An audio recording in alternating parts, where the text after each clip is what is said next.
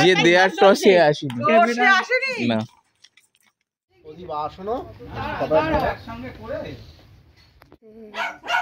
আমার বিয়েতে মন খুলে তো আমি গায়ে হলুদে বালু চড়ি।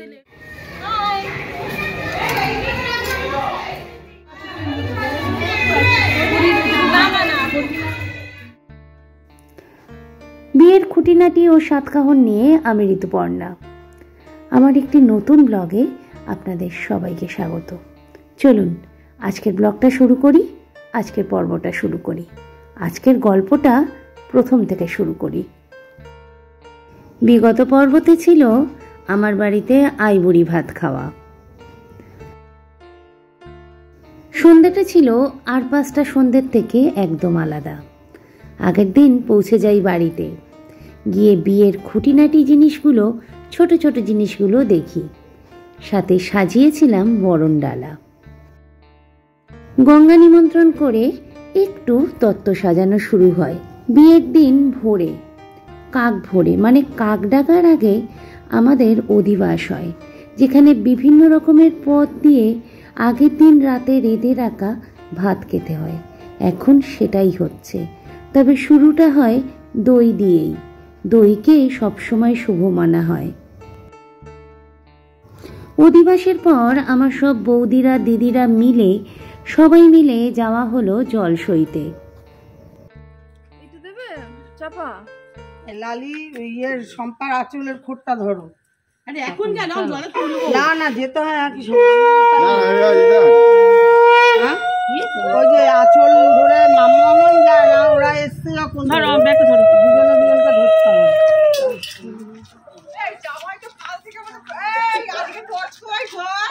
হ্যাঁ, টস যে দেয়ার টসে আসেনি না।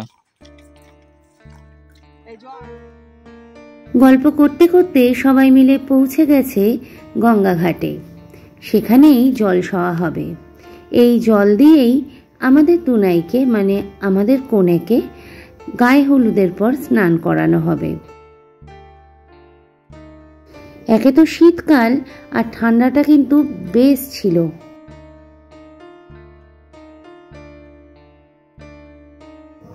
এখন বৃদ্ধি হবে, আর বৃদ্ধিতে বিভিন্ন ধরনের নিয়মকানুন আছে। তবে জানেন, আমি যেহেতু এপার বাংলার বউ এবং ওপার বাংলার মেয়ে, তাই দুটো রিচুয়ালই কিন্তু খুব কাছ থেকে দেখেছি। এবং দুটো রিচুয়ালের মধ্যে বা আচার আচরণ রীতিনীতি যাই বলি না কেন, বিস্তর ফারাক। যাই হোক, সে বর্ণনা পরে কখনো করব। আমাদের কোণে বৃদ্ধিতে বসে গেছে, আর ওর বৃদ্ধির কাজ করাচ্ছে আমার দাদা, আমার জ্যাঠতো দাদা। আজ না সত্যি বলতে দাদা ভাইয়ের কথা খুব মনে পড়ছে। যাই হোক,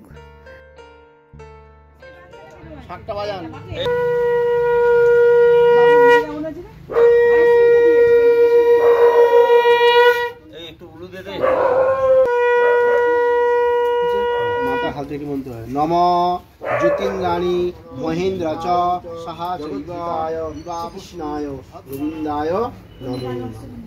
মাথা হচ্ছে প্রণাম করুন।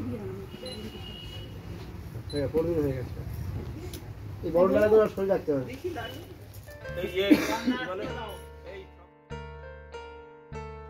বৃদ্ধির কাজ সম্পন্ন হলো।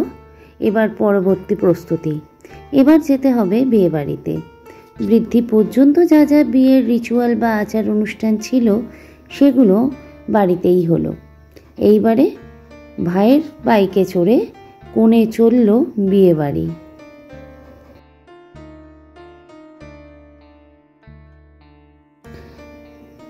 এখন যাকে দেখছেন এটা মনাই। মনাই আমার দাদা ভাইয়ের মানে আমার জ্যাঠতো দাদার বড় মেয়ে।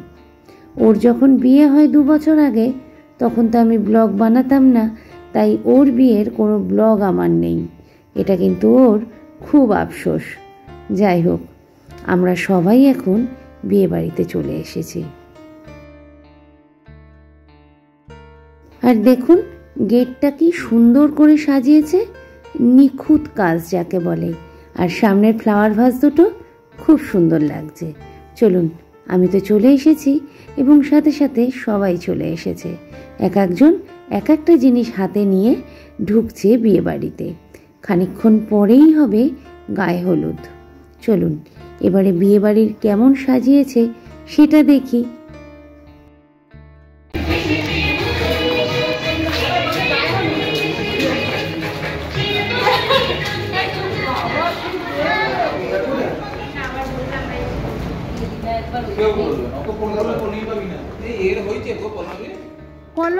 আর এখন যাদের দেখছেন এরা হলো আমাদের বাড়ির জুনিয়র গুহ, মানে এরা সবাই আমার ভাইপো।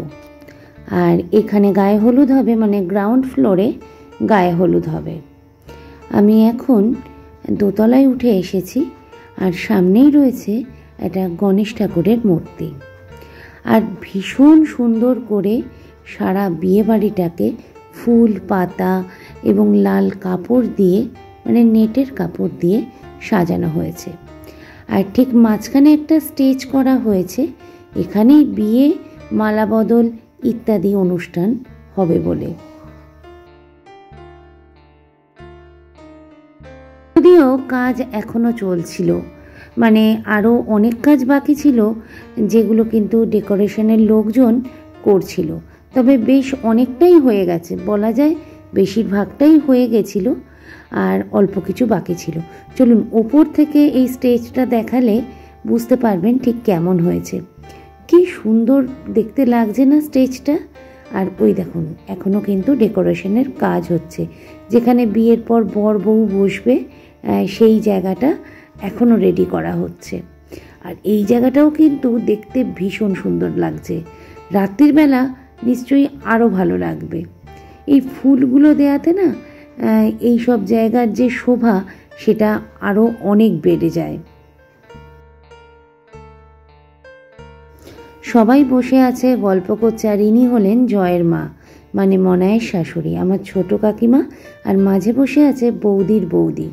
ফটোগ্রাফারদের বলতেই হবে, তারা দারুণভাবে ফটো তোলে। আর এখানে এখন কিছু গ্রুপ ফটো, কনের কিছু ফটো এগুলো তোলা হচ্ছে। কনের সাথে সবার ফটো, আবার গ্রুপ ফটো, কনের একার বিভিন্ন পোজে ফটো এগুলো তোলা হচ্ছে। এগুলোই তো স্মৃতিতে থেকে যায়, তাই না? যাই হোক, চলুন আমিও দেখছি, আমিও টুকটাক করে ভিডিও করছি, আর আমিও ফটো তুলছি ধীরে ধীরে কিছু কিছু, যেগুলো আমারও স্মৃতিতে বা আমার ফোনের গ্যালারিতে থেকে যাবে।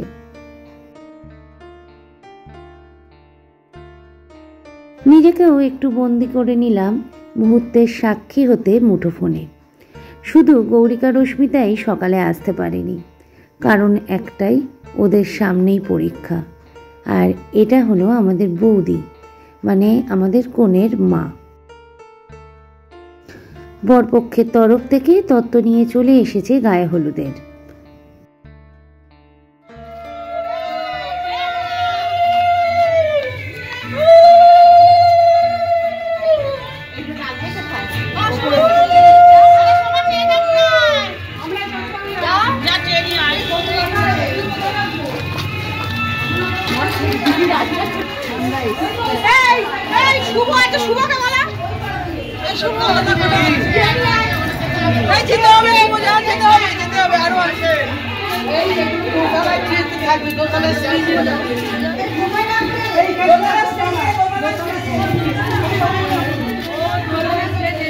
এটাই দারুণ। সময়টা তো বেশ বয়ে গেছে, আর এবারে শুরু হবে গায়ে হলুদের বিভিন্ন আচার অনুষ্ঠান। গায়ে হলুদের জন্য যে সমস্ত আচার অনুষ্ঠান আছে আর সেগুলোই শুরু হবে। হলুদটা গায়ে দেয়া হবে এবং তারপরে এক এক করে বিভিন্ন রিচুয়ালগুলো করা হবে।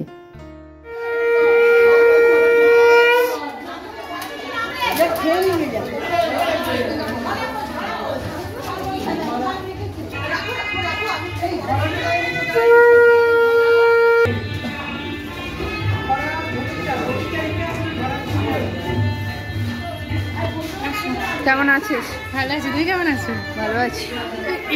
ব্লগ করছো? গায়ে হলুদের তত্ত্বে হলুদ চলে এসেছে, আর এবারে যা রীতিনীতি আচার অনুষ্ঠান বা রিচুয়াল যাই বলি না কেন সেগুলো এক এক করে করা হবে।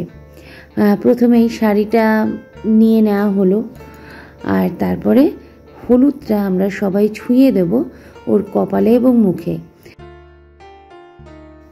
ফটো তোলা হচ্ছে, ভিডিও করা হচ্ছে, মুহূর্তগুলোকে ধরে রাখা হচ্ছে। আর এই মুহূর্তগুলোই তো থেকে যাবে অনেক দিন পরে, এগুলোই কিন্তু মনে করাবে আজকের দিনটাকে। যাই হোক, আমরা সবাই মিলে এবারে ওকে হলুদ ছোঁয়াবো।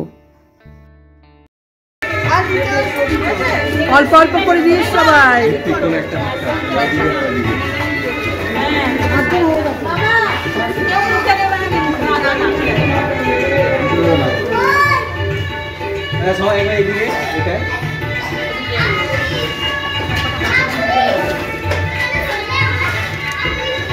এই শাক কই?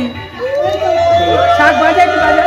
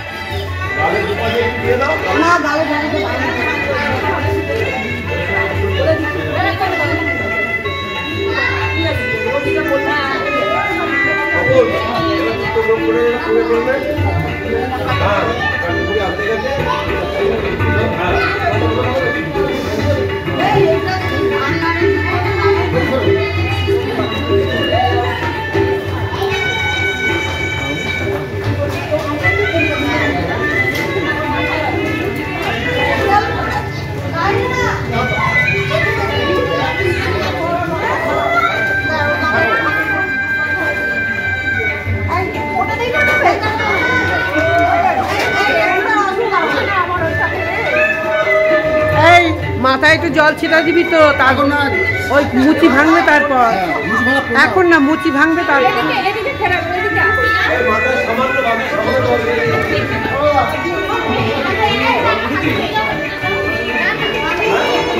এই এই এই এই ওদের মাখা, ওদের মাখা। যা যা যা, এই বাবি যা, জয়ের বন্ধু যা, ওর নতুন গায়ে হলুদ হবে, কত্তা কিননি ওরা।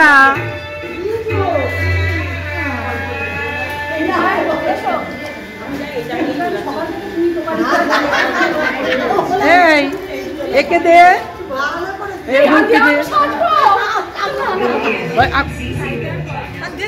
গায়ে হলুদ পর্ব শেষ হয়ে গেছে। এবারে পরবর্তী যা আছে রিচুয়ালস সেগুলো হবে, এবং তারপরেই আমাদের কোণে বসবে সাজতে। এখন যে আচারটা রয়েছে সেটা শিলের ওপর দাঁড়িয়েছে, এবং চারদিকে চারটে ঘটের ঢাকা, যথাসম্ভব মুচি বলে এগুলোকে, সেগুলো রাখা হয়েছে। তো এর আগে আরও একটু নিয়ম আছে বা আচার আছে, সেটা করা হবে। প্রথমেই ওর হাতে সুতো বাঁধার জন্য কতটা সুতো লাগে সেটা মাপ করে নেওয়া হচ্ছে, এবং তারপরে সেটাকেই ওর হাতে বেঁধে দেয়া হলো। অষ্টমঙ্গলা পর্যন্ত এটা কিন্তু বাঁধা থাকবে।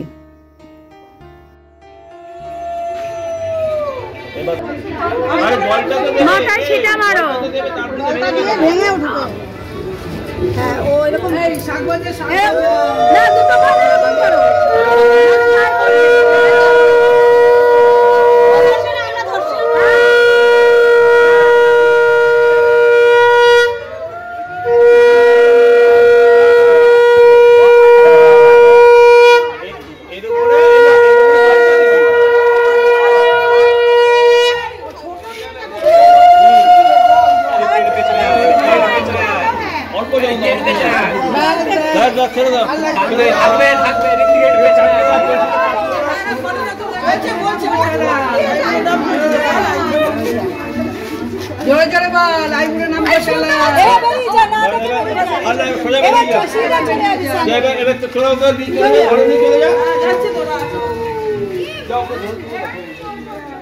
গায়ে হলুদের পর আমরা সবাই বসে গেলাম খেতে, আর বিকেল বেলায় আবার সেজেগুজে বিয়ে বাড়ি আসতে হবে।